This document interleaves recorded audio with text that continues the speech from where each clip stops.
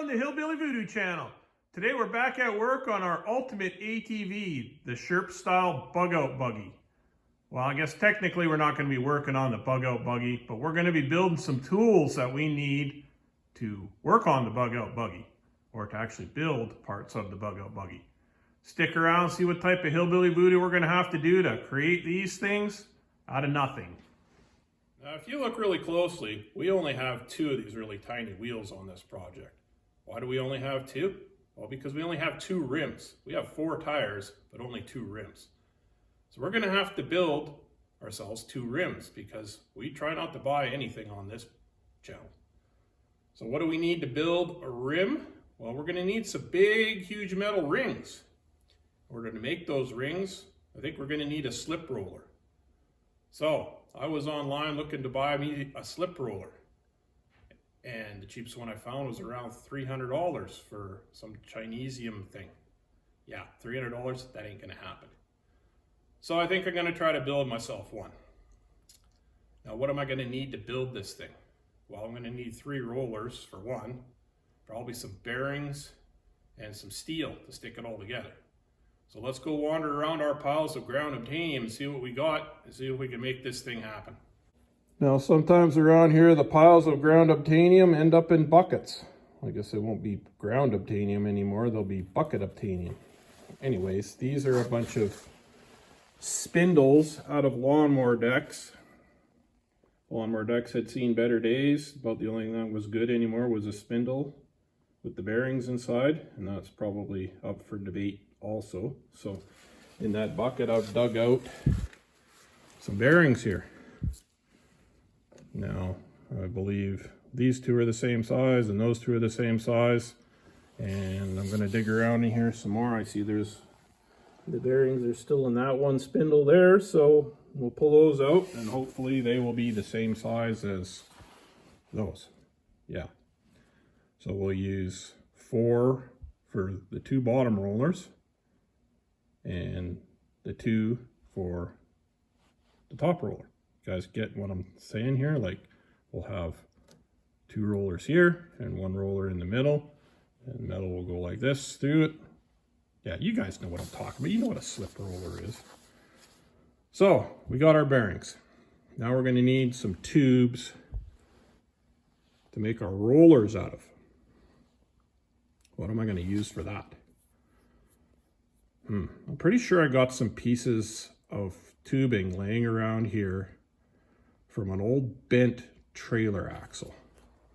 So let me go wander around and see if I can find those. I'm actually pretty sure they were in the shop because I just changed that trailer axle out for the guy the other day. Oh, what do we got? Where would I have put them? If they're in the shop, are they shop obtainium? Well, I guess they'll be probably laying on the ground like everything else in here, so they will be still ground obtainium. Yeah, right there. So those should make good bottom rollers. Now, story behind this. If you own a trailer and you're going to lend it to a friend, make sure you know what friend is going to be hauling in your trailer. If your trailer was built to haul around 2 dirt bikes, chances are pretty good it's not going to hold a 4,000-pound lock block. And when the tires go flat, make sure the friend that you lend the trailer to is smart enough to not jack it up in the center of the axle, or you'll end up with 2 axles, or 1 axle that's bent pretty much right in half. If you're underneath your trailer one day and you got a load on it and you think you're king of your own story and you're jacking your trailer up right from the center and you're wondering why the tires are still touching the ground and your jack is maxed out, chances are pretty good that you just buggered up your axle. Don't ever jack from the center of your axle on your trailer when it's loaded. Hope anybody's listening to this is understanding what I'm saying, because that wall of that pipe ain't very thick. And it ain't gonna hold that 4,000 pounds if you kink it right in the middle. Just a little bit of word of thought. Now, we'll use these tubes, enough yapping there. Now we're gonna have to find another tube that's probably pretty similar to that. And unfortunately, I don't think I have anything around here that's probably long enough. So we might have to stick 2 pieces of pipe or tube together. Well, let's go take a look and see what we can find. Now, if I remember right, I got a few pieces of shorter chunks of pipe. A few pieces of shorter chunks of, yeah, that made sense. Just on the other side of the door here. Here's a little bit of more wisdom for you. Yeah, exactly. So, what we got out here? And we got some big, huge rock truck axles.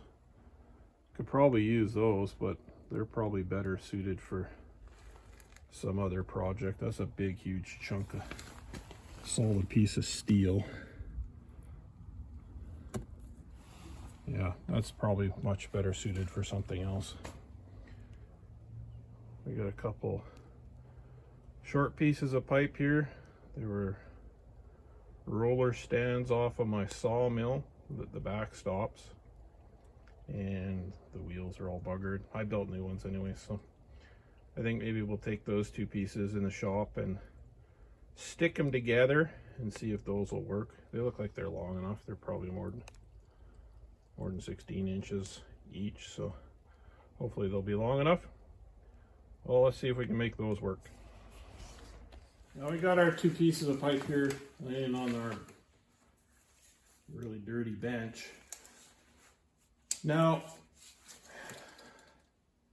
we're gonna have to stick these 2 together, and the ultimate width of our slip roller is gonna be, well, out of the 3 pieces, whichever's the shortest is gonna be the length of our slip roller. Now, I just measured those other 2 pieces and they're right around 31 inches. So hopefully if we stick these together, yeah, we got 33 inches here. So I'm hoping that we can stick these together and make a 31-inch piece out of this.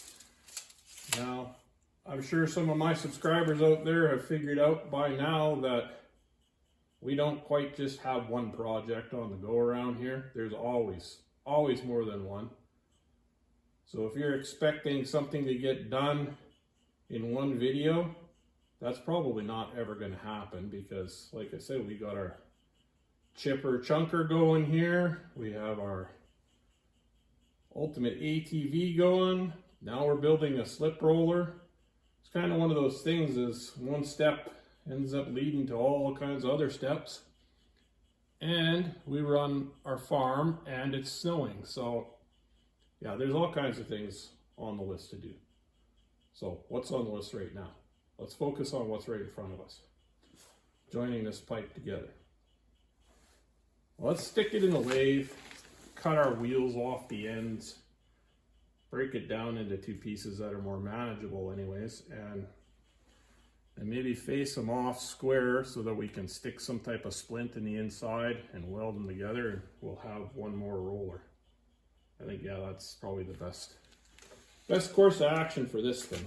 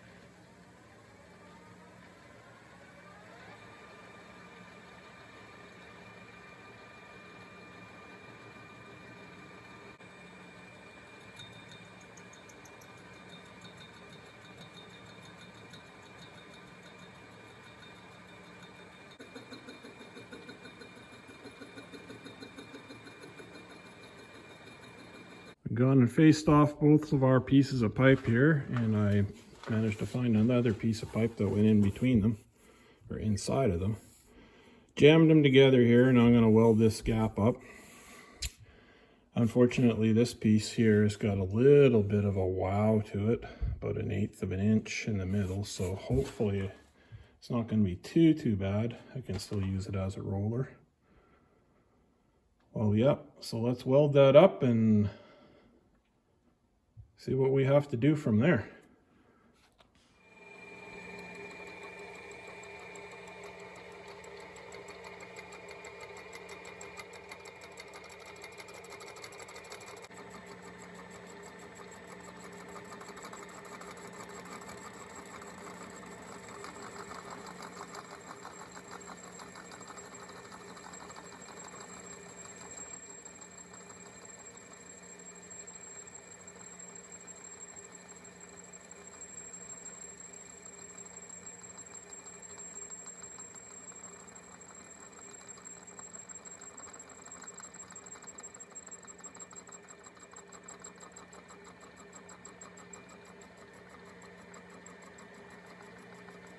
Got our weld all turned down there and most of the rust cleaned off of that pipe. Like I say, there's a little bit of I took a pass here with a cut pass here just to see how much, and it's, I don't know, maybe a 32nd of an inch out, like with the wobble. Hopefully that won't be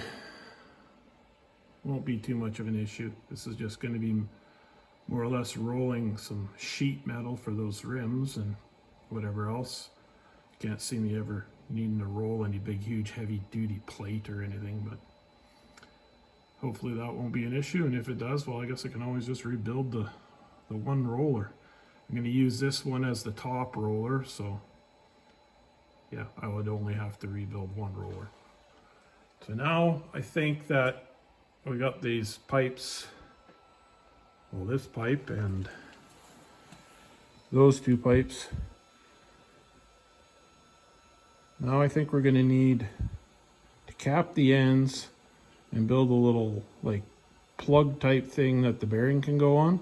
You guys kind of understand what I'm saying here? Like cap off the end and put a little nipple that the bearing will go on. I guess it'll be yeah, I'm pretty sure you guys can figure out what I'm saying here. I'm going to go look through all the slugs that I keep when I cut holes in metal with hole saws. I'm pretty sure I got a bunch of them around that are pretty close to that size, if not a little bit bigger around. And we can turn them down to fit inside that pipe and make our little caps for these things out of. I dug through my slugs and I managed to find 4 that are like this. So I can use those for the bottom rollers. And I was looking at these spindles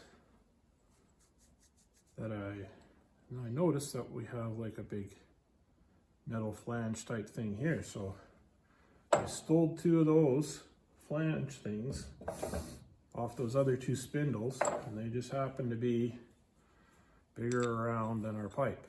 So hopefully those 2 will work.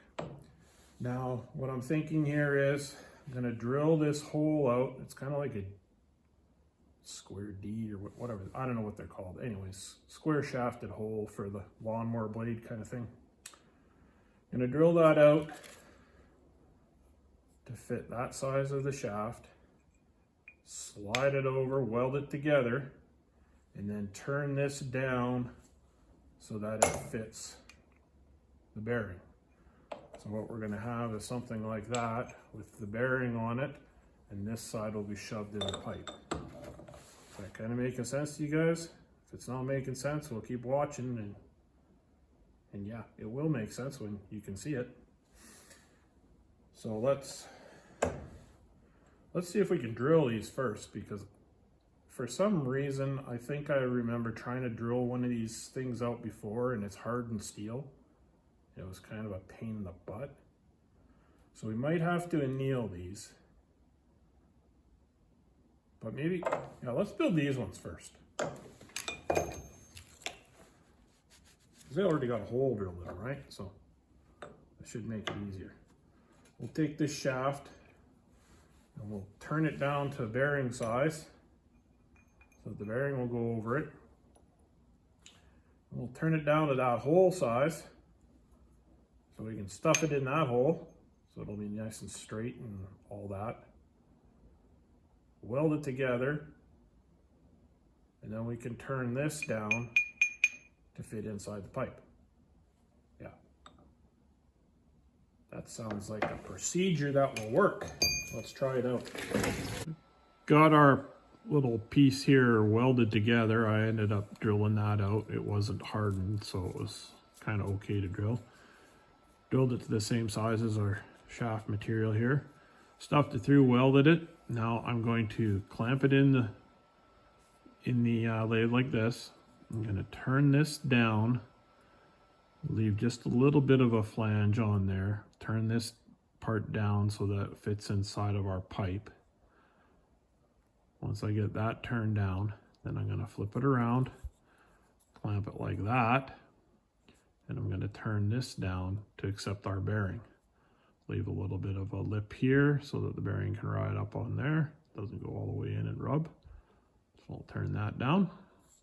So let's stuff her in the lathe like this first and get this part turned down.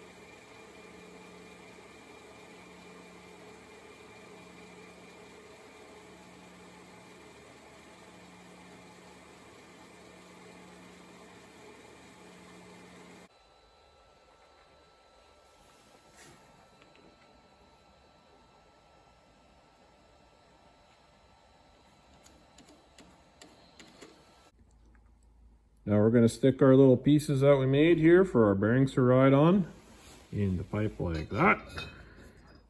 We're going to weld that in there. We're going to end up with that. Now somewhere for the bearing to ride on. We'll have 3 rollers.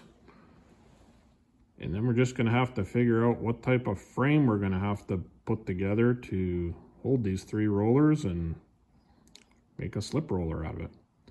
Now I got my rollers laid out here in somewhat of a configuration that I think that we're gonna build this thing. Now I want the 2 bottom rollers to have 2 separate positions, so that if I'm rolling really thick stuff, I can move them to the outer position, and thinner stuff to the inner position to make a tighter roll. I'm sure you guys kind of understand where I'm going. So we'll have a plate across here with 2 positions in each. Now, I want to make this fairly simple to move these rollers from one position to another. So what I'm thinking is 2 saddles on either side, like a half a piece of pipe that the bearing can just sit in. The weight or the pressure from the top roller pushing down on the metal will hold everything in place when you're rolling, and then you can just lift it out of there and drop it into the next. Does that kind of make sense to you guys?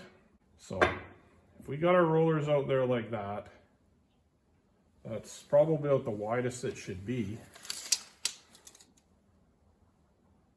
If we cut 2 pieces of steel 10 inches, yeah, 2 pieces 10 inches long, and then decide well, we'll stick them on either side of here and take a look and see whether this is going to work or not. So let's go out and wander around the ground, obtainium, and find 2 pieces of steel, or a piece of steel that we can make 2 pieces of steel, or 4 pieces of steel that we can weld together and make. Yeah, you know what I'm talking about. We're going to go find some steel anyways. I got us 2 pieces of steel here that are the same size, 10 inches long. For those of you that are subscribed and have been following the channel, this is more pieces out of the chunk of I-beam that we cut our flights out of for our wood chunker. So don't worry, that piece of I-beam is still being used. I'll probably get a lot more use out of it yet. Now, the more that I'm sitting here looking at this, I think that I'm overcomplicating it way too much. I just need one position for these rollers. I don't need to move the rollers around. I'm only going to be bending some thin sheet metal for making the rims and maybe bending some tubes for mufflers and things like that. It's not going to be like I'm building anything out of huge plate steel or anything like that. So why do I really need to move the rollers around? So I think maybe I'll just make 2 positions for them. Keep it simple. I think that's the problem with the world today, is we get caught up in all these options and more is better, but it's not necessarily better because it's just more to break or more to not work properly. Blah, blah, blah. Enough of that yapping. So I think I got these rollers at a place right here where they kind of look like they are good. I don't know if they're good. I guess that's yet to be seen, how far they should be apart or whatever, but they kind of sort of look good to me. So what do we got for a distance here? I would say about 5 1/4. So we're going to make these 5 1/4 across. 5 1/4. In the center of this.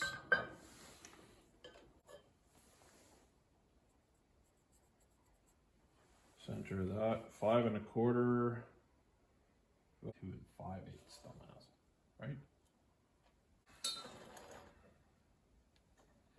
Guess it really doesn't matter as long as we make both plates the same, right?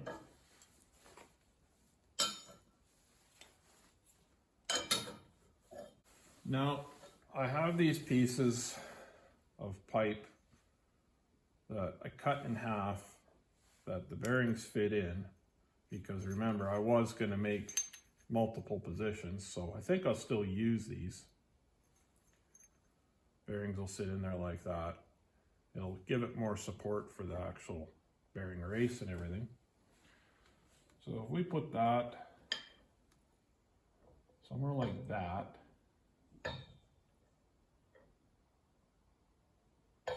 does that make sense? No, we should probably go up more, because if I remember right, if we do this,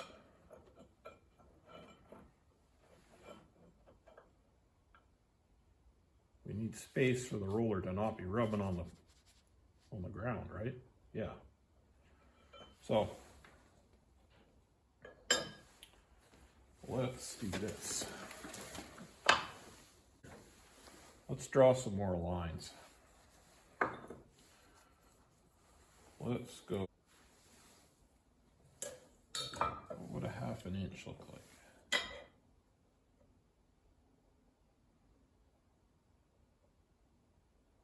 Yeah. Let's go 1/2 inch down.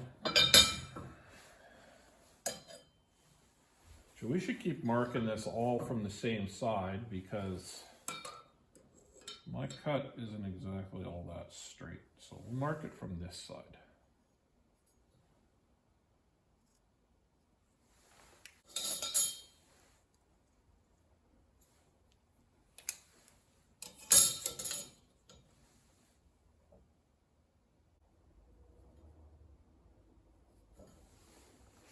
Okay. So now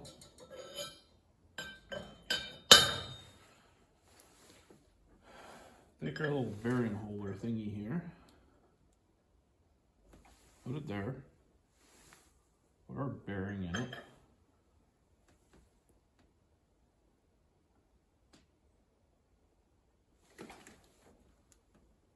Then I sort of line that up. And if we've measured correctly, which it looks like we have, that little point right there is right in the center of that bearing. So we drill a hole here. That is just slightly bigger around than this shaft. And just notch it out like a U. Like that.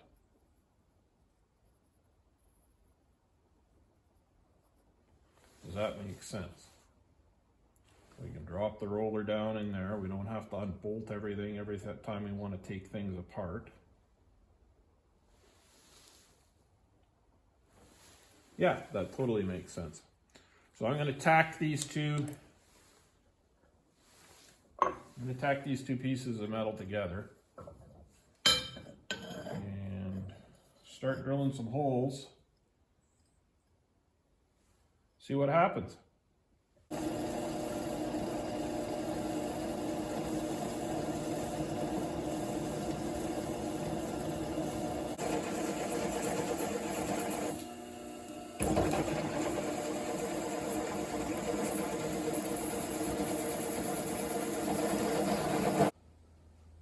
Got our two plates done here. Notched out the hole on the top so that I could just drop the roller down in, put the bearing in there, and those little half round things that I made I've welded in so that the bearing itself sits on there and the roller rides like that. Ooh. Now I got the top roller spaced out here. It's about 3/4 of an inch, I think that wood is. 19 millimeters, that's what it is. So 3/4 of an inch. I think that's probably plenty wide enough to slip metal into that roller. I can guarantee I'll never ever be bending a 3/4 inch chunk of plate, so that's plenty enough room there. Now I need to make some type of bearing holder for the bearing that goes on the roller that moves up and down. Man, that is an ugly weld. Oh, anyways. So I have some more of that stuff. It's actually the tube off of a Dana 44 axle, and it happens to fit the bearing pretty close. Like, you got to machine it out a little bit and the bearing falls in. But so I think I'll make two more bearing holders. These ones will be full round so that we can build some type of thing that they will slide up and down in. Slide up and down with a bolt that will push down to put tension on this roller. Is that making sense to you guys? Well, anyways, we're going to take that piece of Dana 44 axle tube and we're going to machine it for the bearings to fit in there.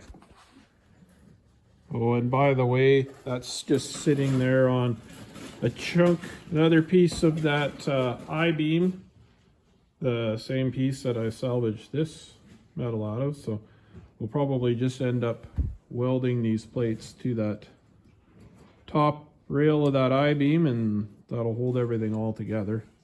It's kind of a thick piece of steel.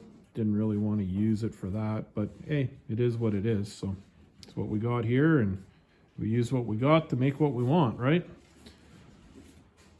Yep, so let's go machine that bearing holder and then figure out what we're going to do for the